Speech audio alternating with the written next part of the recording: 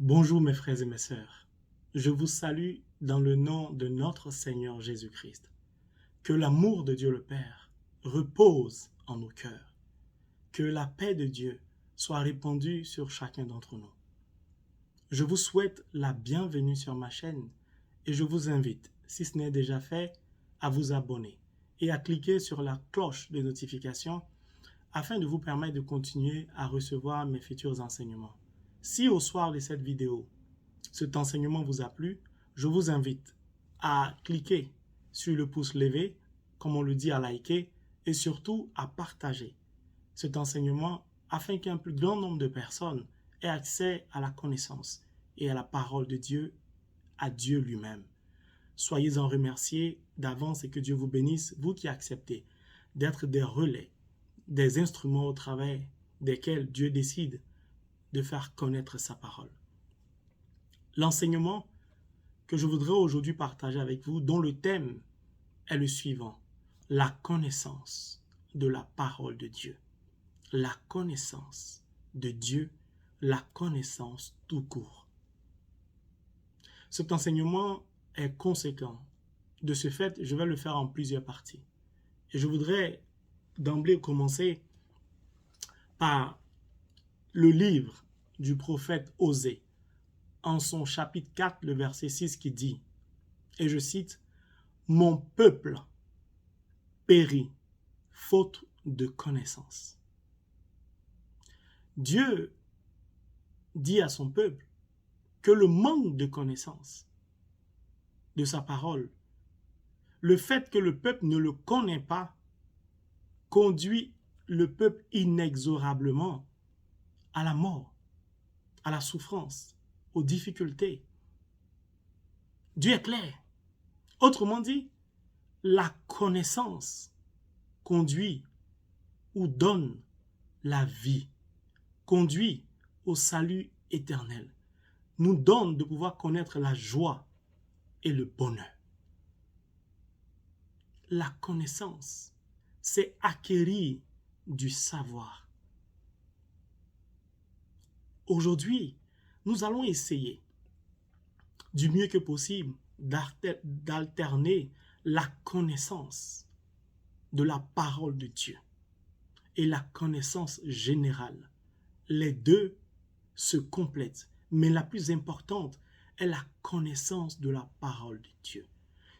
Moi, personnellement, je considère la parole de Dieu, les saintes écritures, comme essentielles, comme fondement de mon savoir et de ma connaissance.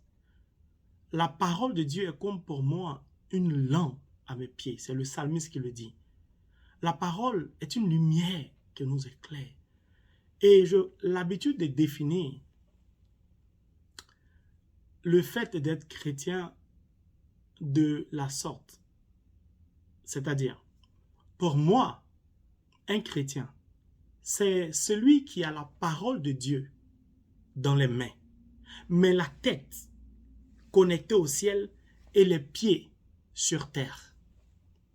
Je recommence. Pour moi, un chrétien, c'est celui qui a la parole de Dieu dans la main, la tête dans les cieux et les pieds sur terre. Pourquoi? La parole de Dieu que je tiens dans ma main est comme une boussole qui m'oriente, qui me permet d'avancer, d'emprunter le bon chemin. La parole de Dieu que je tiens dans la main est comme une lampe qui éclaire en même temps mon chemin, mon parcours, mais aussi un bouclier protecteur. Mais la connaissance de la parole de Dieu me donne aussi d'être connecté par ma tête au royaume des cieux, c'est-à-dire à Dieu. Mais en étant connecté à Dieu, en ayant la connaissance de la parole de Dieu, mes pieds sont tout de même fixés sur la terre, c'est-à-dire la réalité de ma vie quotidienne. C'est pour cela, je dis que pour moi, être chrétien, c'est avoir les paroles de Dieu dans la main, la tête dans les cieux et les pieds sur terre. La connaissance de la parole de Dieu ne nous éloigne pas, ne nous efface pas de la réalité de nos vies. Bien au contraire, La réalité de nos vies dans laquelle nous sommes plongés quotidiennement, c'est la parole de Dieu qui vient nous aider à nous frayer un chemin dans ce monde ô combien difficile. Dans ce monde où les informations viennent de part et d'autre. Dans ce monde où des valeurs sont renversées. Nous avons besoin de la connaissance de la parole. Sans la connaissance de la parole, nous sommes comme perdus dans le monde d'aujourd'hui. La connaissance de la parole s'acquiert par la pratique, c'est-à-dire lire la Bible chaque jour, quotidiennement, s'en acquérir, s'en approprier. Dieu va jusqu'à dire à Josué, « Médite ma parole jour et nuit. » Josué lui répond, « Si je finis de la méditer, toute ta parole, qu'est-ce que je dois faire ?» Dieu lui dit, « Recommence à zéro. » Josué, à partir du chapitre 1, il est important de lire la parole de Dieu, d'essayer de comprendre la parole de Dieu, d'essayer de nous nourrir de la parole de Dieu, d'avoir une relation intime, puissante avec la parole de Dieu, c'est-à-dire avec Dieu. Bien sûr, certaines personnes diront qu'elles n'ont pas le temps. On peut toujours trouver un temps pour lire la parole de Dieu. La parole de Dieu est le support du chrétien, est la base du chrétien. Le fondement de la vie chrétienne repose sur la parole de Dieu, la parole créatrice de l'univers visible et invisible. La connaissance nous donne la vie. Quand vous partez à l'école, vous essayez d'acquérir des connaissances, du savoir. Et ainsi de suite, vous finissez par obtenir un diplôme qui vous donne accès soit au travail ou à faire des formations, ainsi de suite. Vous allez au travail, vos connaissances vous permettent de travailler. Si vous voulez être coiffeuse ou coiffeur, vous allez apprendre à coiffer ou apprendre la coiffure. Si vous voulez être un bon chrétien, il vous faut aussi connaître la parole de Dieu, la lire, la méditer et surtout la pratiquer. C'est-à-dire conformer sa vie à la parole de Dieu. Il est important que d'emblée, nous puissions déjà dire que c'est fondamental de méditer la parole de Dieu, de lire la parole de Dieu, sans laquelle tout le reste de l'enseignement ne sera pas possible, sans laquelle votre vie spirituelle ne pourra pas connaître un développement, un essor. Vous n'allez pas pouvoir grandir spirituellement. Il est important que nous puissions connaître, lire, méditer sérieusement et profondément, nous attacher à la parole de Dieu. Pourquoi je le dis? Je vais commencer par un témoignage. Si vous n'avez pas la connaissance de la parole de Dieu, vous devenez comme des entonnoirs qui recevez toutes les informations et vous les avalez sans pouvoir les filtrer. C'est pour cela, parfois, je considère la parole de Dieu comme un filtre qui me permet de filtrer. Je considère toute la connaissance acquise au travers de la méditation de la parole, la connaissance acquise généralement pour filtrer les informations qui me parviennent. En tant que chrétien, la parole de Dieu pour moi est comme le rein.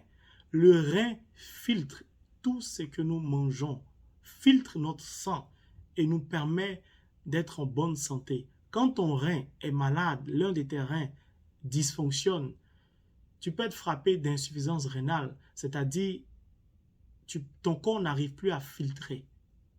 Et cela peut te conduire à la mort. Je considère vraiment la parole de Dieu comme cela, comme un filtre. Pourquoi? Je vais vous donner un témoignage. J'étais en France quand j'ai été invité par une consoeur qui est évangélique. Comme je vous le répète souvent dans mes vidéos, je n'ai pas de problème de religion. C'est le dernier de mes soucis. Nous prions tous le même Dieu. Et pour moi, nous avons le même support, c'est-à-dire les Saintes Écritures. Partant de là, la religion ne m'intéresse plus. C'est la connaissance de la parole de Dieu, la connaissance de Dieu qui m'importe. C'est pour cela, dans cet enseignement, je vais essayer d'aller doucement pour ne pas blesser ou choquer. Si d'avance mes propos, mes paroles, mes enseignements vous blessent ou vous ont blessé, je vous demande, vous ont choqué, je vous demande d'avance pardon. Vraiment, la connaissance est quelque chose qui est capital quand on est chrétien et dans la vie ordinaire, dans la vie en général. Vous allez comprendre pourquoi je le dis. Au fur et à mesure, je vais développer ce thème. Donc, la sœur m'a invité à prendre part à une séance de prière. Il y a un pasteur qui est arrivé de la Côte d'Ivoire et qui devait prester, permettez-moi l'expression, en France. Je lui ai dit, ok, il n'y a pas de problème. Tant que ça concerne la parole de Dieu, je peux y aller. Et nous y sommes rendus. Dès que nous sommes rentrés dans la salle qui a été louée pour le partage de la parole pour la prière, c'était à Seine-Saint-Denis. Pour ceux qui connaissent bien la France, en région parisienne. Dès que nous sommes rentrés, la sœur et moi, déjà, nous avons été séparés. Les filles à droite et les garçons à gauche ou inversement, peu importe, nous avons été séparés. Déjà, je me suis opposé. Mais ils m'ont dit c'est comme ça. J'aime bien respecter. Donc, j'ai décidé de respecter. Le pasteur arrive. Vraiment, c'est un pasteur. Ça n'a rien à voir. Tous les pasteurs ne sont pas comme ça. Il peut y avoir des prêtres, ainsi de suite, qui sont... Voilà, chacun, dans toutes les confessions religieuses, il y a toujours des brebis galeuses. Le pasteur arrive, il commence à faire son enseignement. Dès les 5 ou 10 premières minutes, je fixe la personne qui m'a invité, la sœur, et je lui fais signe de ce que je vais me retirer. Je médite la parole. J'ai la connaissance, pas totale, ni parfaite, ni excellente de la parole de Dieu, mais je peux quand même me targuer de lire la Bible souvent, et donc d'avoir un minimum de connaissances. D'avoir aussi un minimum de connaissances générales. Car en plus d'être allé à l'école, je me suis quand même formé en lisant des bouquins, en me cultivant. Le prêche de ce pasteur m'a beaucoup étonné. Parce qu'il disait des choses que je ne trouvais pas cohérentes. Alors j'ai fait un signe à la sœur en disant que moi, je désire sortir de la salle. Donc elle s'est levée, elle est venue me voir, me demandant de ne pas faire ça, de rester et tout jusqu'au bout. Je lui ai dit, je vais rester par respect pour elle. Mais moi, je n'avalise pas ce genre de comportement. Surtout, je ne veux pas qu'on traite la parole de Dieu de la sorte. Qu'on enlève son essence ou la quintessence, c'est-à-dire la pureté, la valeur de la parole de Dieu. Je n'aime pas qu'on trompe le peuple de Dieu. Au final, je vous dis sincèrement la vérité. Elle a été confondue et j'avais raison. Pourquoi je le dis? Au soir de son enseignement, il savait que ce pasteur devait continuer à Londres, en Italie, ainsi de suite. Et il a demandé à ce que les gens fassent des quêtes pour lui, en tout cas son staff.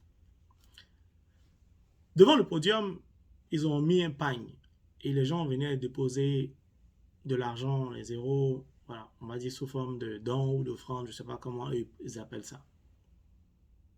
Et j'observe bien, pendant que les gens déposent, le pasteur, il est sur le pagne et il marche sur l'argent, sur les billets. Moi, non, je n'accepte pas ça. Je n'accepte pas ça aujourd'hui, je n'accepte pas ça demain. Mon argent est le fruit de mon effort. Tu ne peux pas piétiner mon billet devant moi.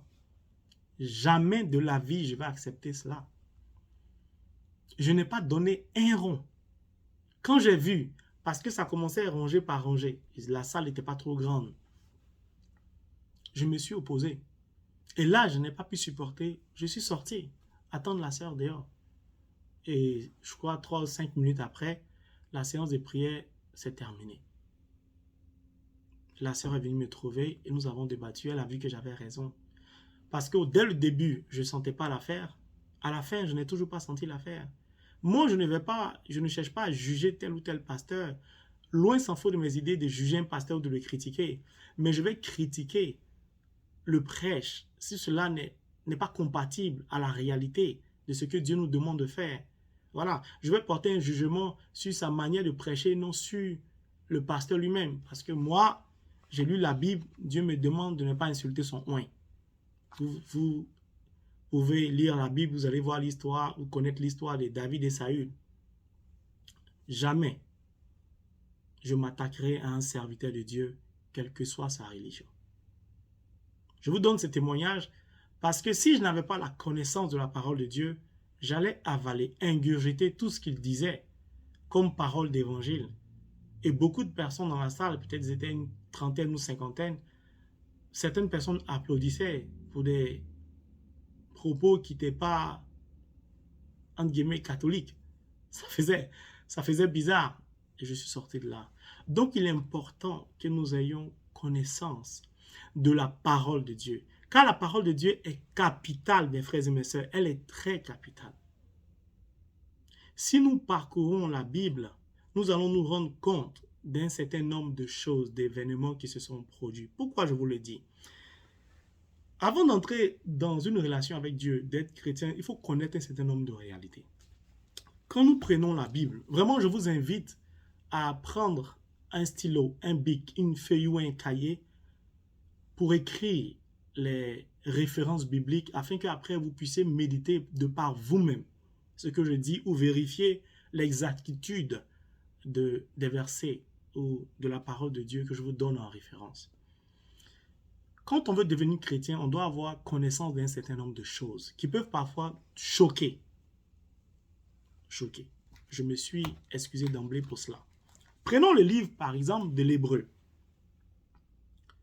En son chapitre 11, si ma mémoire est bonne,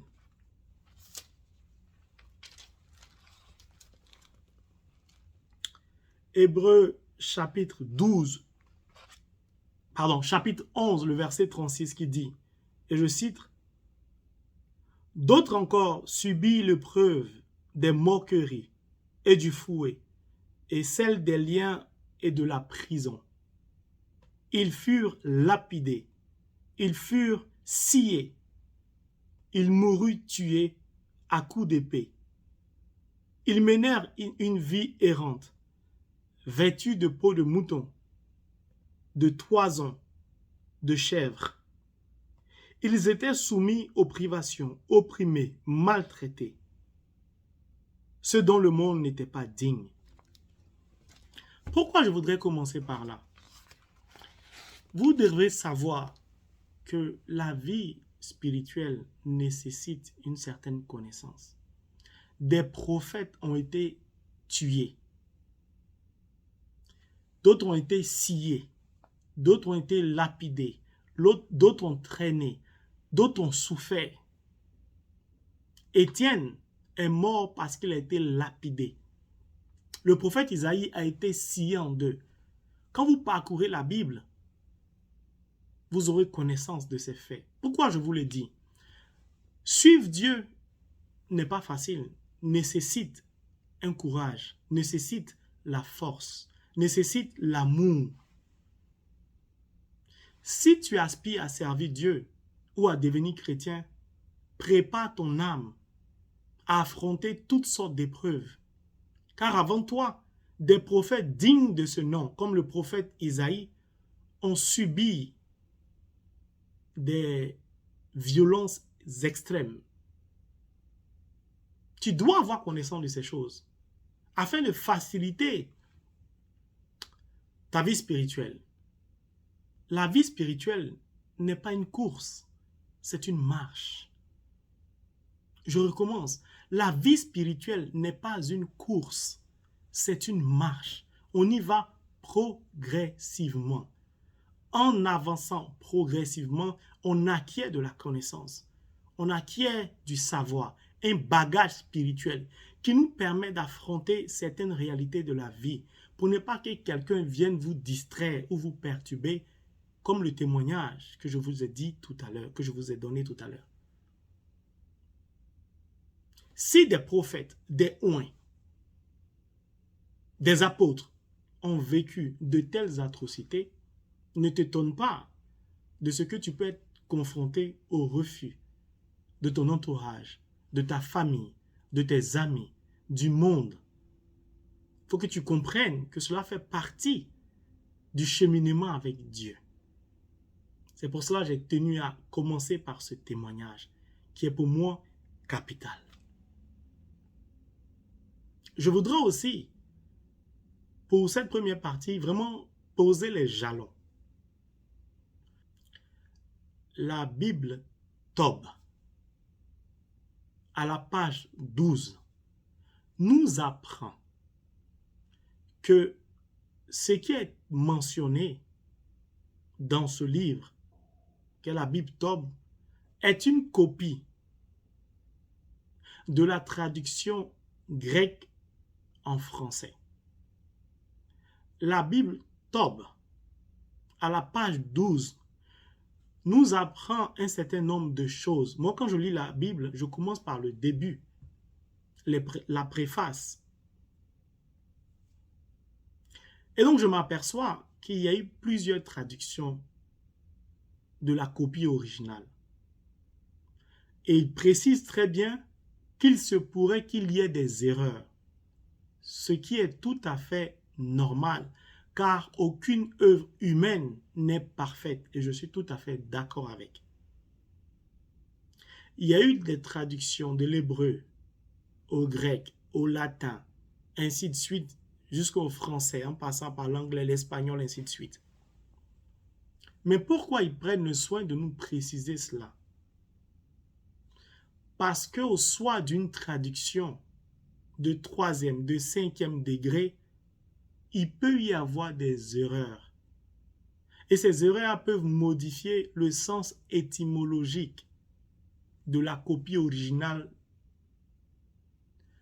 d'un verset ou d'un mot. Je reprends.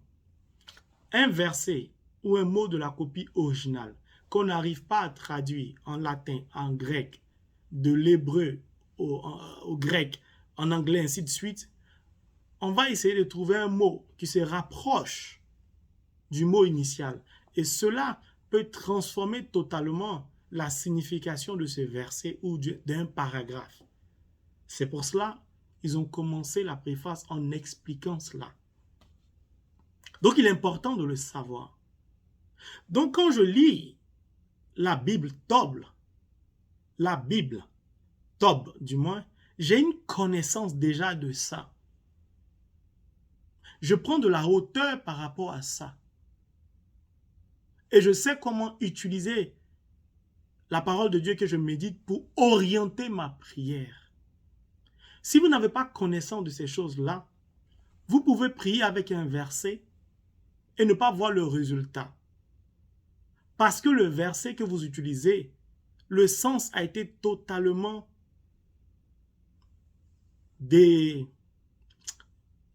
travesti, a été totalement détourné. Pas qu'ils ont fait sciemment, mais parce qu'ils n'arrivaient pas à trouver des mots qui se rapprochaient, par exemple. C'est pour cela que vous devez avoir toute cette connaissance qui vous permet de parcourir certaines écritures saintes avec beaucoup de hauteur. Beaucoup de hauteur. Et aussi de comprendre un certain nombre de choses qui ne sont pas explicites, qui ne sont pas claires. Je vous donne un exemple. Au début du livre de Tob, ils expliquent que des gens ont travaillé durement et que Dieu les bénisse pour le travail qu'ils ont fait pour que nous puissions obtenir ce livre de Tob. On travaillait durement en essayant de s'approcher au plus près de l'original. Mais ce qu'ils ne nous disent pas,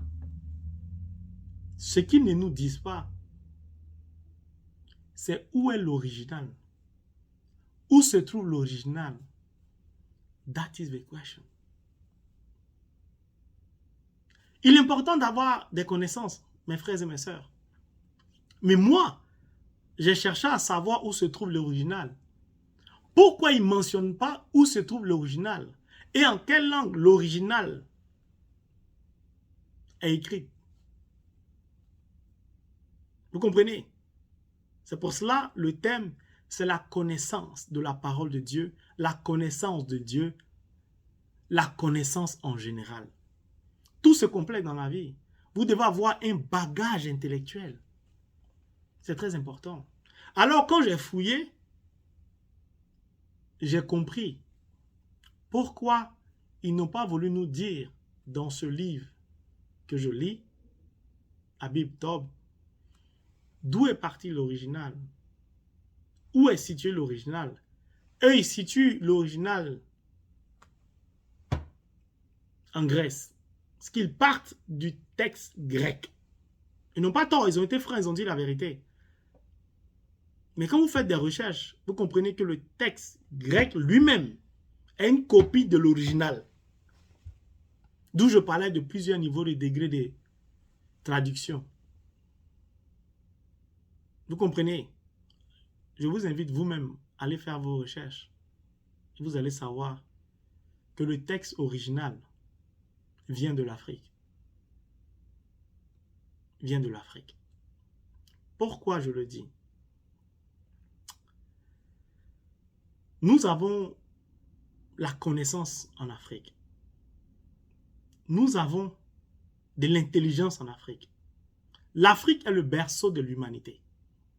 Donc tout part de l'Afrique, tout a commencé en Afrique et tout est en Afrique. Rien n'a changé. Rien n'a changé. Mes frères et mes sœurs, rien n'a changé. Alors, allons-y en profondeur par rapport à la parole de Dieu. Dans la Bible ou dans certaines versions, ou pour les Juifs, pour faire simple, pour les Hébreux, Elohim signifie mon Dieu, le Dieu. Adonai signifie mon Dieu ou mon Seigneur ou le Dieu. Pour les Juifs, tout à fait normal. Moi qui ne suis pas juif, mais qui suis africain, je dois avoir aussi une compréhension. Selon le texte original. Alors, quand je fais mes recherches, je découvre que Elohim, vous pouvez prendre n'importe quel dictionnaire. Vous pouvez même taper sur Google, vous allez avoir la réponse. Donc, ce que je dis n'est pas véritablement un scoop. C'est la recherche de la connaissance. Quand tu recherches, tu cherches vraiment à t'approcher de Dieu, à connaître la parole de Dieu, tu découvres des choses. Mais quand tu cherches aussi à te cultiver pour avoir une connaissance en général, tu découvres aussi des choses. Elohim est au pluriel. Elohim signifie les dieux. Adonai signifie les dieux. Les deux sont au pluriel. Alors, Dieu étant unique, je ne peux pas dire Elohim pour moi, qui ne suis pas juif, veut dire Dieu.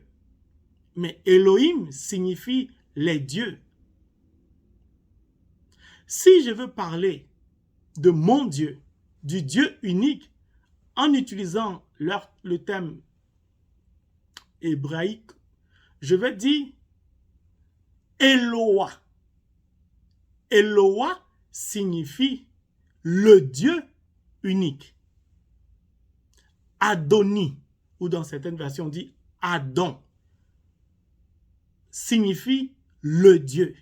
Autrement dit, le Dieu unique, mon Dieu, pour moi, c'est Adoni ou Eloah. Certaines personnes, par manque de connaissances, appellent leurs enfants Elohim, Adoni. Elles ont raison, elles sont libres d'appeler leurs enfants. Mais moi, qui suis africain, si je désire donner le nom, par exemple, de Elohim ou Adoni ou Adonai à mon enfant, je ne vais pas dire Elohim ou Adonai. Je sais que Eloah, c'est le Dieu, Adoni, c'est le Dieu. Eh bien, c'est simple, je vais partir dans ma langue maternelle. Moi, je suis Agni et Apollodien Nzema. Chez nous, on appelle Dieu Nyamien, ben Nyamlan. C'est comme ça. Si je vais appeler mon enfant, je vais l'appeler comme ça. Nyamien, ben Nyamlan. Mais pour des Ghanéens, par exemple, en Tui, on dit Eradé. Pour les Congolais, en lingala, on dit Nzambé. Donc, si tu es africain, appelle ton enfant Nzambé, si tu veux l'appeler Elohim. Au moins, tu sais que dans ta langue, ça veut dire le Dieu. Parce qu'il n'y a pas plusieurs dieux. Il y a un seul vrai Dieu. Ça fait partie des connaissances que nous devons acquérir. Mes frères et mes sœurs, c'est cette première partie de cet enseignement que j'ai voulu partager avec vous. en espérant que cette première partie vous a permis de comprendre l'importance de lire la parole de Dieu et d'avoir des connaissances en général. Si cette première partie vous a plu, je vous invite à liker et à partager cette vidéo comme je vous l'ai demandé tout à l'heure, afin que beaucoup de personnes aient accès à la connaissance de la parole de Dieu. Que Dieu vous bénisse, mes frères et mes sœurs. Amen.